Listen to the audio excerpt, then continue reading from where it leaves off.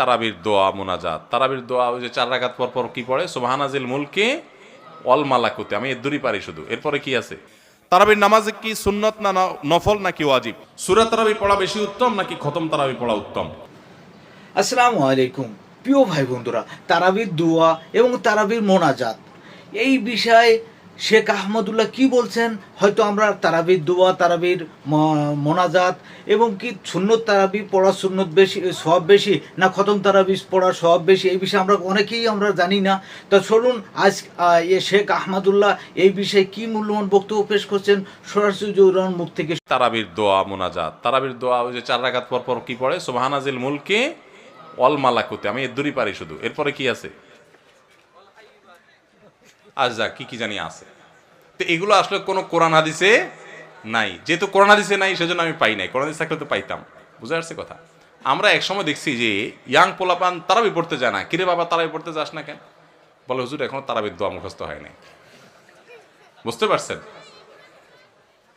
তো তারাবির নামাজের জন্য 4 রাকাত পর পর দোয়া পড়া, এটা তারাবির সাথে এর কোনো সম্পর্ক নাই। দোয়া পড়ার কোনো প্রয়োজন নাই।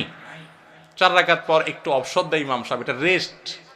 আপনি এটা একটু পানি খাবেন, দরকার একটু হাত পা এদিক সেদিক করবেন, একটু রেস্ট করবেন, একটু শরীরটা এলায়া বসবেন, দরকার একটু পেশাব ওযু করে চলে আসবেন। এটা হলো রেস্টের সময়। তারাবি মানে হলো আরাম করে করে পড়া, 4 রাকাত পর রেস্ট দেওয়া।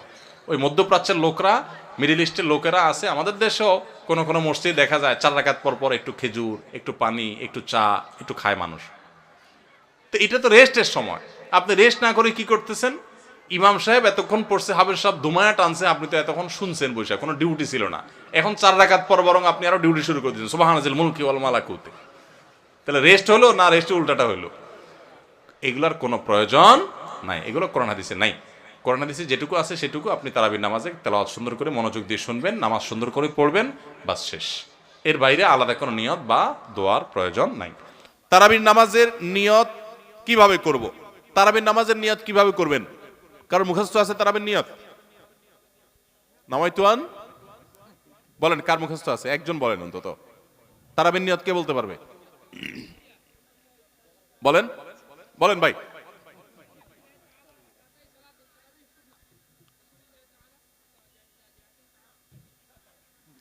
মাশাআল্লাহ মাশাআল্লাহ, এই ভাইয়ের পুরস্কার দেওয়া উচিত। বসেন, আপনি অনেক কষ্ট করে মুখস্থ করছেন।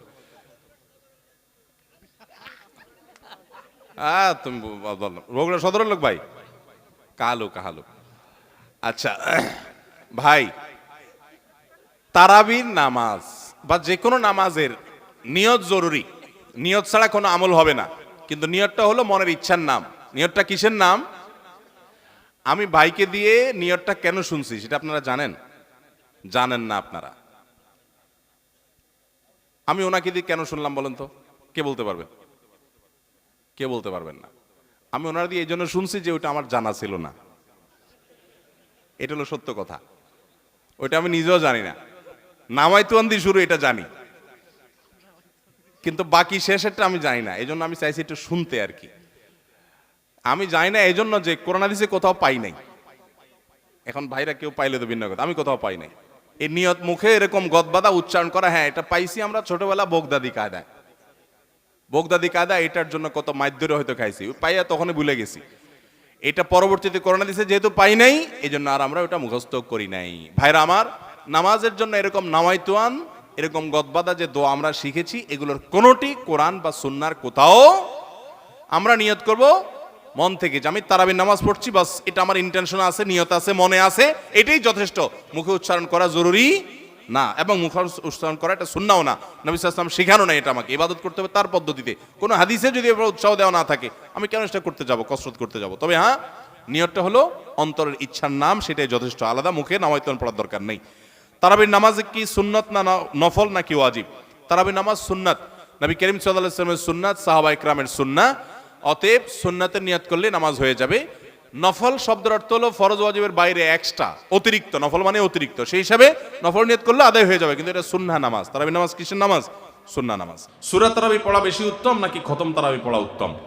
অবশ্যই যদি আপনি কোরআনে কারিমের খতম পড়তে পারেন সূরা তারাবির চাইতে সেটা উত্তম, এতে কোনো সন্দেহ নাই। সূরা তারাবিতে তো সামান্য ছোট ছোট আপনি কেরাত পড়বেন, আর খতম তারাবিতে বড় বড় কেরাত পড়বেন। তো কোরআন বেশি তেলাওয়াত করাটা তো অল্প তেলাওয়াত করার চাইতে বেশি উত্তম, সেটা তো বলাই বাহুল্য। এই জন্য অবশ্যই খতম তারাবি উত্তম, কিন্তু খতম তারাবি যদি তুফান মিল গতিতে হয়, 5G 6G গতিতে হয়, তাহলে সেই খতম তারাবি যদি হয়, যেই খতম তারাবিতে কি পড়েন হাবেস সাহেবের শুধু ইয়া আলামুন আর তা আলামুন ছাড়া কিছু না বুঝেন, তাহলে ওই রকম খতম তারাবি পড়ার চাইতে সূরা তারাবি পড়া উত্তম।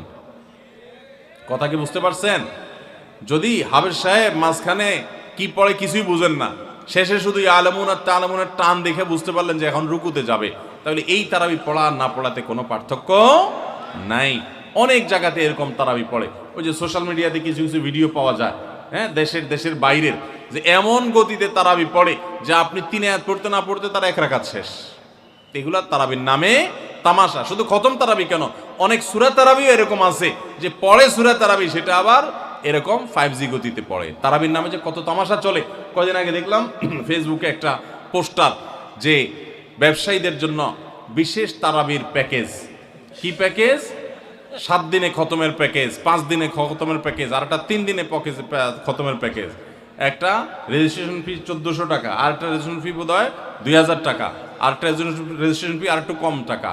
হ্যাঁ, রেজিস্ট্রেশন ফি দিয়া হাবেজ সাহেবরা চুক্তি করে তারাবি পড়ায়। কিয়ামতের আগে যে আরো কত কিছু হবে একমাত্র আল্লাহ তাআলাই ভালো জানেন। এগুলো সব তারাবির নামে কি ভাই? তামাশা। জায়েজ না এভাবে করা। রমজানে হারিয়ে যাওয়া এমন কিছু আমলের কথা বলুন যা অধিক ফজিলতপূর্ণ আমল, কিন্তু তা অনেকেই জানে না বা আমল করে না। 4টি আমলের কথা বলতে পারি। 4টি আমল আমরা অনেকেই গুরুত্ব দেই না, অথচ সে আমলগুলো আমাদের পুরো রমাদানকে সম্পূর্ণ সার্থক করে দিতে পারে, অর্থবহ করে দিতে পারে, রমজান সাকসেস করে দিতে পারে। সে 4টার ভিতরে প্রথম এবং 1 নম্বর যেটা বলতে চাই তা হলো রমজান মাসে রোজা রেখে এবং রাতের বেলা পুরো রমজান জুড়ে সকল প্রকার পাপাচার, কাউকে কষ্ট দেওয়া, গালি দেওয়া, হক নষ্ট করা, সব ধরনের গুনাহ থেকে, গীবত শেকায়েত করা, চোখের গুনাহ, সোশ্যাল মিডিয়া ইত্যাদি সবগুলো থেকে বেঁচে থাকবেন। প্ল্যান করে যে কোনো মূল্যে, প্রয়োজনে আমি আইডি ডিঅ্যাক্টিভ করে ফেলবো, অ্যাপ ডিলিট করে ফেলবো, তারপর সব ধরনের গুনাহ থেকে বেঁচে থাকবেন। এটা হলো রমজান সার্থক করার সবচেয়ে গুরুত্বপূর্ণ কাজ। 1। 2 নম্বর হলো রমজানে আমরা অনেকে কোরআন পড়ি কিন্তু কোরআন শোনাশুনি করি না। হাফেজরা করে অবশ্য। নবী করিম সাল্লাল্লাহু আলাইহি সাল্লাম রমাদানে শোনাশুনি করতেন। এটা একটা হারিয়ে যাওয়া সুন্নাহ বলতে পারি। জিবরিলকে তিনি শোনাতেন, আবার জিবরিলের কাছ থেকে তিনি শুনতেন। এই জন্য আপনি কোরআন পড়বেন, আপনার স্ত্রী শুনবে, আবার স্ত্রী পড়বে, আপনি শুনবেন। স্ত্রী বলে কোনো কথা নয়, এরকম একে অন্যের সাথে কোরআন শোনাশুনি করবেন। এটা একটা হারিয়ে যাওয়া আমল। 3 নম্বর হলো রমজানের শেষ 10 দিন এতেকাফ করবেন। রমজানের শেষ 10 দিনের এতেকাফ এমন একটা আমল, রমজানের রোজা ফরজ হওয়ার পর থেকে নিয়ে মৃত্যু পর্যন্ত নবী সাল্লাল্লাহু আলাইহি সাল্লাম জীবনে কখনো এতেকাফ ছাড়েন নাই। আমরা ম্যাক্সিমাম মানুষ জীবনে কখনো করি নাই। এতেকাফ করা হলো আল্লাহর ঘরে এসে গাঁটটি বসকানেই পড়ে যাওয়া, যে আল্লাহ ক্ষমা করা ছাড়া যাব না। এতেকাফ করা যদি মসজিদে ঘুমায়াও থাকে, এতেকাফ করাটাই যেহেতু একটা স্বতন্ত্র ইবাদত, সো তার এতেকাফ করার মাধ্যমে লাইলাতুল কদর তিনি অটোমেটিক পাবেন ইনশাআল্লাহ। এই জন্য এতেকাফের আমলটা আমাদের রমাদানকে সার্থক করে দিতে পারে, অথচ এটা হারিয়ে যাচ্ছে। আর 4 নম্বর এবং সর্বশেষ হলো রমজানের শেষ দশক হলো ইবাদতের দশক, আমলের দশক। আমরা প্রথম 2 দশকে যা পারি না পারি, শেষ দশক বেশি আমল করার চেষ্টা করব। অনেকে আমরা শহর থেকে গ্রামে যাওয়ার জন্য পরিকল্পনা করতে করতে 4-5 দিন চলে যায়। অনেকে কেনাকাটার জন্য 4-5 দিন ব্যয় করে ফেলি। ঈদের প্রস্তুতির জন্য আমাদের শেষের দিনগুলো নষ্ট হয়ে যায়।